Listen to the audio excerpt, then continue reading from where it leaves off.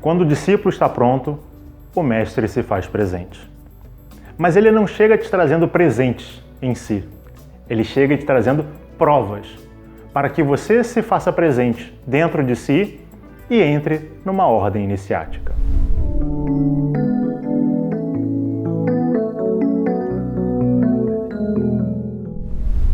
Para começar, a gente precisa entender minimamente o que significa uma ordem iniciática, né? Porque é uma coisa que a gente ouve por aí, né? Tá nas internet da vida, mas... E não é tão literal assim, que é uma ordem de iniciação, né? Para você começar. Embora isso também esteja presente. Embora isso faça parte. Talvez de maneira muito simples, a gente pode entender que uma ordem iniciática ela é um grupo de pessoas que se junta, que se une em prol de um objetivo específico. E esse objetivo costuma ser, ou deveria ser pelo menos, o autodesenvolvimento, o autoconhecimento, a busca por se tornar de fato um ser humano, alguém melhor.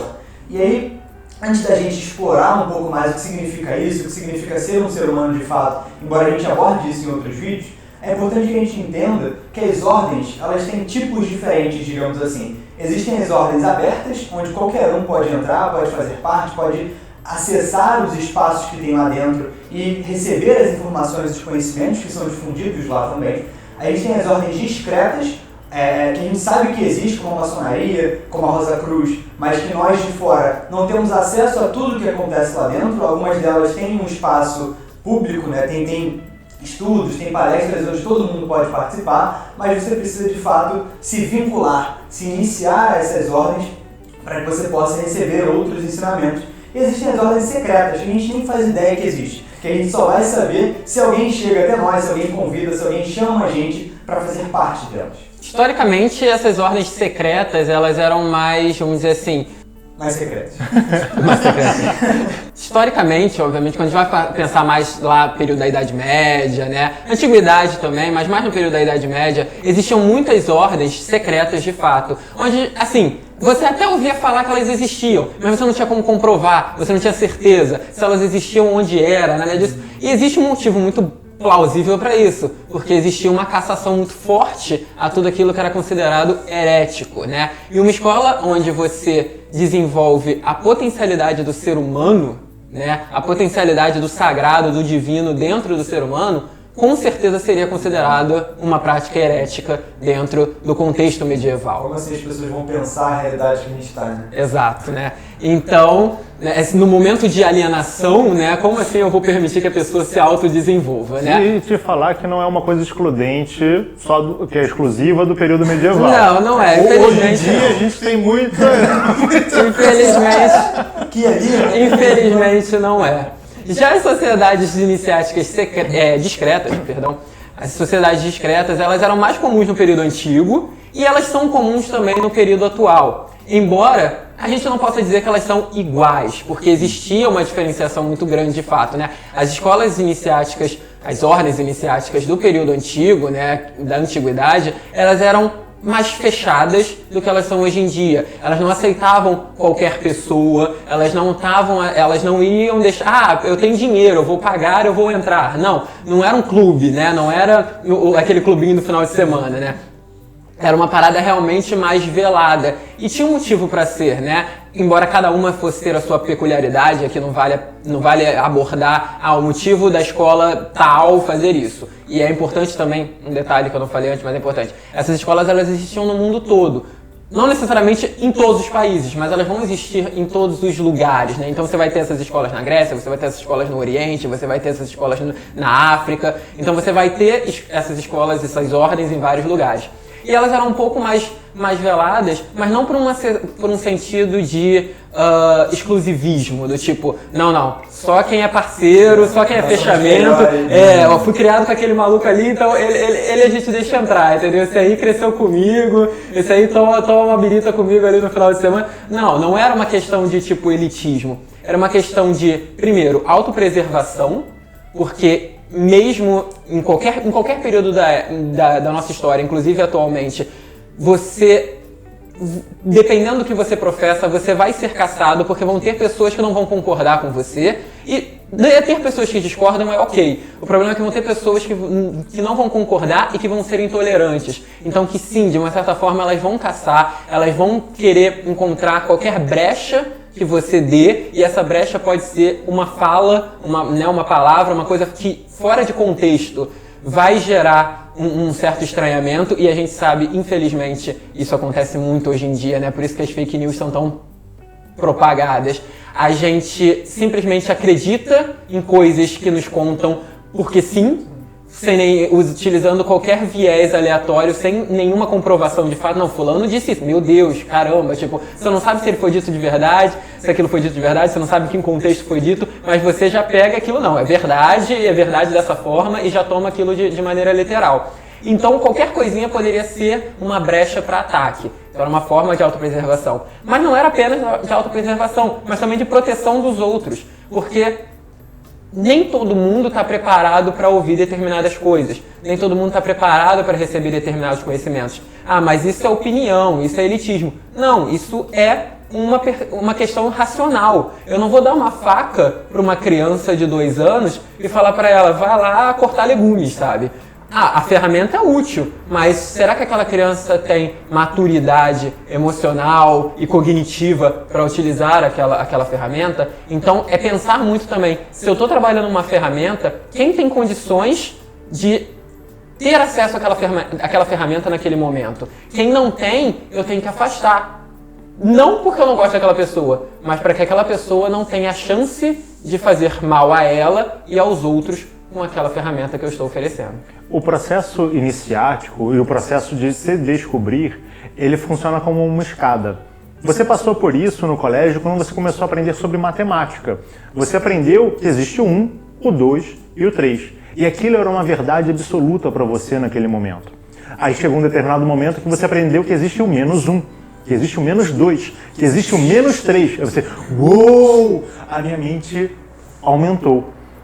O seu conhecimento acerca dos números dobrou de uma hora para outra, mas você só conseguiu entrar nos números negativos depois que você conheceu os números positivos. Então todo o processo de autoconhecimento, de se descobrir, e a busca do iniciado é essa e não é outra que não seja essa, o verdadeiro trabalho do iniciado é se vencer. Não é vencer o mundo, é se vencer. Ele vai se conhecer, ele vai descobrir aquilo que ele ainda não sabe de si, e aí ele vai passar pela prova dos 4 elementos. Nós temos uma série de vídeos que fala sobre esses 4 elementos, não vamos abordar aqui, mas que é algo que é interessante que você tenha em mente dentro desse processo iniciático. E aí, quando ele vai passar por essas provas dos quatro elementos, ele vai atingir aquilo que algumas correntes doutrinárias vai chamar do triângulo superior, da Sagrada Trindade, de coisas que estão escondidas, veladas por detrás da materialidade. Para poder fazer isso, ele vai buscar, dentro de uma escola iniciática, a prática com outras pessoas. Porque existem algumas formas de se passar por um desafio. Uma delas é caindo, tentativa e erro, até que você aprende alguma coisa. Uma outra forma é você se colar nos bons, né? Você se junta com os bons, e aí o bom vai falar, ó, eu já fui por ali você vai encontrar isso e isso. E aí você reflete, você passa por coisas, e você não vai caminhar aquele percurso de maneira literal, mas a sua alma, ao se conectar com a alma de outra pessoa, vai passar por ali por intermédio dos passos daquela pessoa. E aí você conseguiu vencer aquele desafio. E quando aquele desafio aparece para você, você fala, desculpa, eu já venci isso. Eu sei que isso aqui é uma tentação, está errado, eu vou seguir por esse outro caminho. Geralmente, quando a gente entra numa escola iniciática, quando a gente pensa em ser iniciado, existe uma ilusão de que é um caminho onde você vai ser moído. E é verdade, você vai ser moído. Mas você vai ser menos moído do que se você não for iniciado. Porque se você não for iniciado, você vai ter que cair em cada buraco para aprender qual é o caminho certo e o caminho errado. Numa escola iniciática, você vai moer a sua vontade de cair no buraco.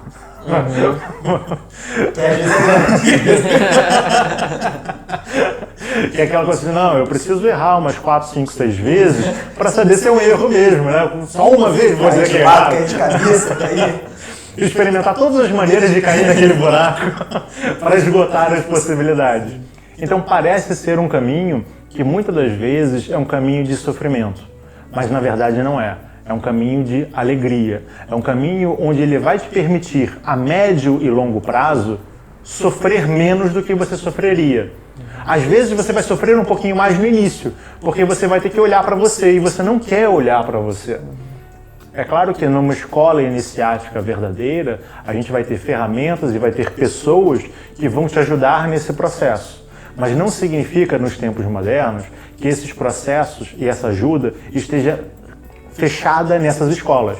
Você pode procurar um terapeuta, você pode procurar grupo de estudos, dar uma olhada em catarse.me/pedra de afiar para saber um pouco mais sobre isso. Você pode procurar um bom amigo de verdade, não um amigo de encher a cara, né? Mas um amigo que está ali com você nos problemas também e que pode te ajudar nesse sentido.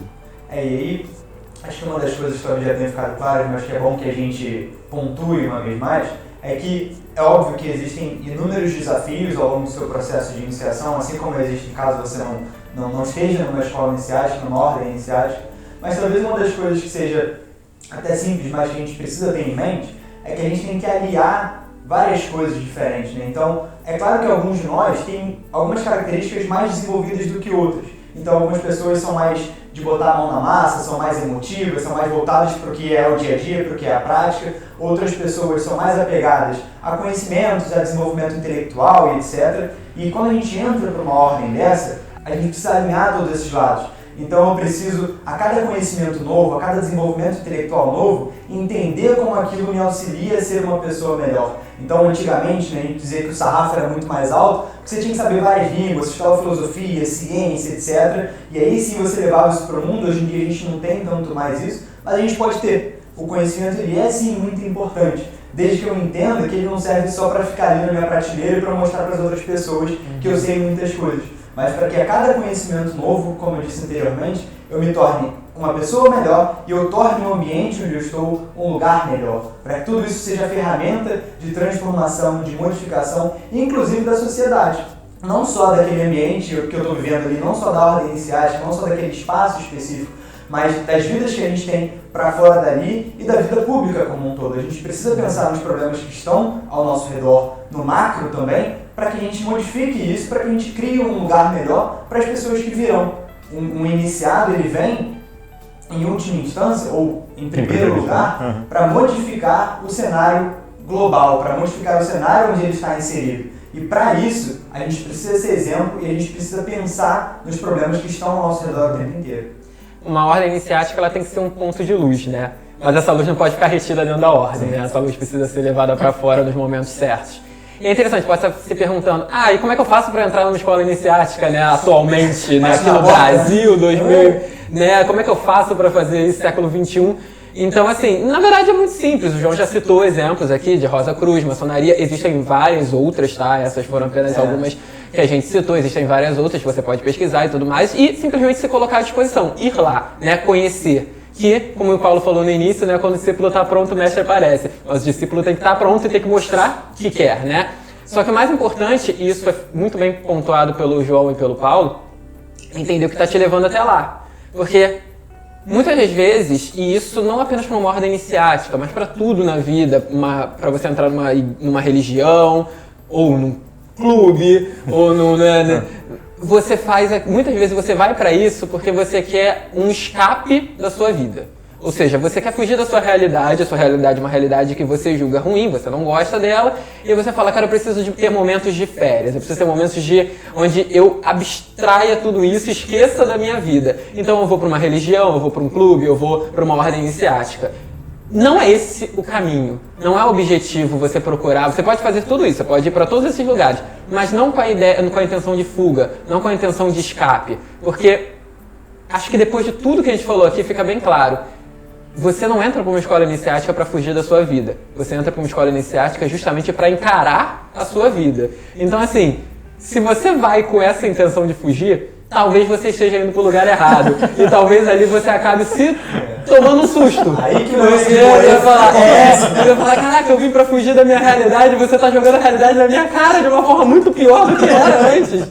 Então, assim, porque é o momento de você encarar. Na verdade, eu digo ao contrário. Se você é uma pessoa que foge da sua vida, vá para uma escola iniciática, para que você possa começar a encarar a sua vida de frente e para que você possa ter ferramentas para que as pancadas vão vir, mas que as pancadas sejam menos dolorosas ou que você consiga se recuperar delas mais facilmente. Então entenda, a escola iniciática não vai te transformar no super-homem, talvez no super-homem do Nietzsche, mas não no super-homem da DC. Ela não vai te transformar num super bruxão, ela não vai te transformar em nada disso. Ela vai te transformar... Na verdade, ela não vai te transformar em nada. Ela vai te dar as ferramentas para que você se transforme em um verdadeiro ser humano. Então não é uma questão de ego, não é uma questão de se sentir superior aos outros porque você faz parte da escola XYZ, não é uma questão de se sentir superior aos próprios companheiros da sua escola porque você tem um grau mais elevado ou você está acima na hierarquia da escola, porque isso não significa que você é melhor que ninguém, só significa que você tem mais ferramentas, logo você tem mais compromisso consigo mesmo e com a sociedade, você tem mais responsabilidade e você tem mais coisas a oferecer, em tese, você tem mais a servir. Um adendo rapidinho em relação a isso, é que a gente está falando de responsabilidade, de ferramentas.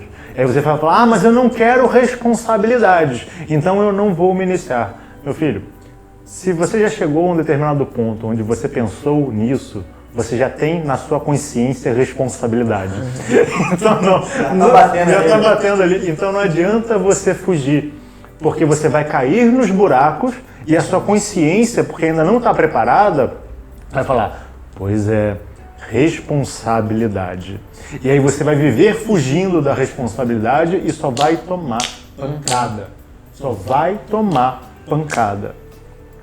Parece ser cansativo entrar num cenário desse? Parece, mas não é. Ele parece ser cansativo porque o mundo nos chama para viver muitas coisas. Mas quando a gente percebe que a gente só tem uma escolha a fazer, entre aquilo que nos eleva e aquilo que nos mantém no mesmo lugar, a gente percebe que não temos tantas escolhas assim. Então, escolher se melhorar é sempre melhor. O problema de você escolher se melhorar é que você vai ter que aprender a abrir mão de coisas que ficaram para trás. Não porque aquilo era ruim, mas porque aquilo não te cabe mais. Um exemplo que eu sempre gosto de dar, e a gente já deu aqui algumas vezes, é a ideia de que quando você tinha 7 anos de idade, você usava um sapatinho que cabia no seu pé. Hoje você não usa mais aquele sapato. Aquele sapato não é um sapato ruim, não é um sapato mau, bobo, feio, cara de melão. Não é nada disso. Ele apenas não cabe mais no seu pé. Quando a gente tenta utilizar o sapatinho quando a gente tinha 7 anos, dói. E isso é que gera a dor da nossa vida. Quando você busca se elevar cada vez mais, você entende, isso aqui funcionou para mim, mas isso não me eleva mais. Eu vou buscando outras ferramentas. E cada vez que você sobe, você percebe que, na verdade, você está servindo de base para mais coisas. Seus atos, inicialmente, eram só para você. E aí, como o João falou, você cresceu um pouquinho mais e você falou, agora os meus atos ajudam uma pessoa do meu lado. E aí você vai chegar num ponto que só ajudar uma pessoa não basta. Aí você vai ajudar 2, você vai ajudar 3, você vai ajudar 4, você vai ajudar várias pessoas. Mas não necessariamente agindo pontualmente, mas agindo globalmente, como o João falou. E até a próxima. Tchau, tchau.